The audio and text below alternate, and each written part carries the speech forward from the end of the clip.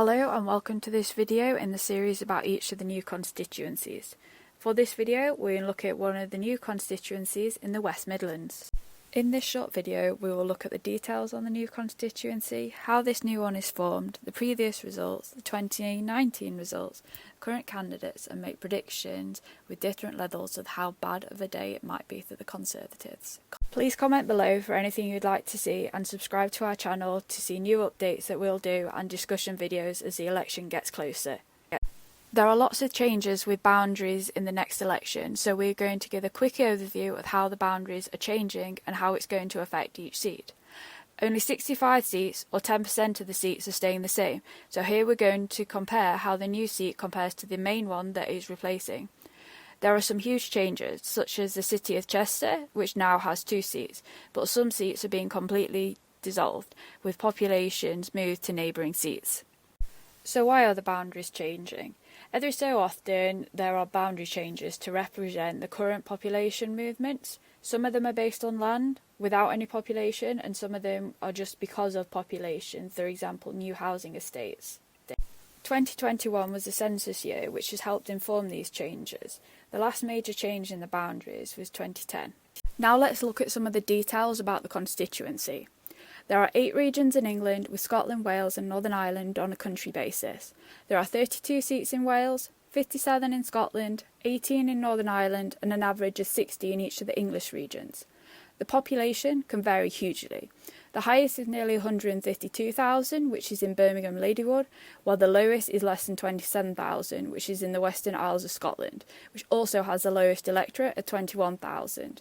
The average population is 103,000 and the average electorate is 73,000. The largest area is the most northerly mainland seat, which is Caithness, which is nearly 12,000 kilometres squared, or approximately 100 times the size of Manchester. The average is 380, while the smallest is only 6.8. The average percentage of the 16 to 49-year-olds is 41%, with the highest in Leeds Central and the lowest in North Norfolk, which also has the highest 65+. The average 65+ is 38%, with the minimum at 15%, which is in the area around Canary Wharf. Density averages nearly 1,400, with the highest in Bethnal Green and the lowest in Caithness. This constituency has a boundary change. This constituency is affected by a boundary change. Because of this, we now have populations from multiple old seats. These percentages are based on population, not land.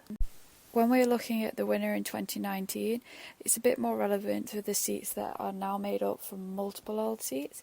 Nevertheless, this is the result from 2019, with the winner and whether the seat was held or it changed. Here are the winning party and those that came second, and also the majority. The size of the majority is key when considering how this seat might change. Maybe not so much when there's a big Labour majority or Lib Dems, but for pretty much any Conservative seat that's possibly not considered safe, bar a very extreme few. The same for the SNP. Some of these are really up for grabs, particularly for Labour and the Lib Dems.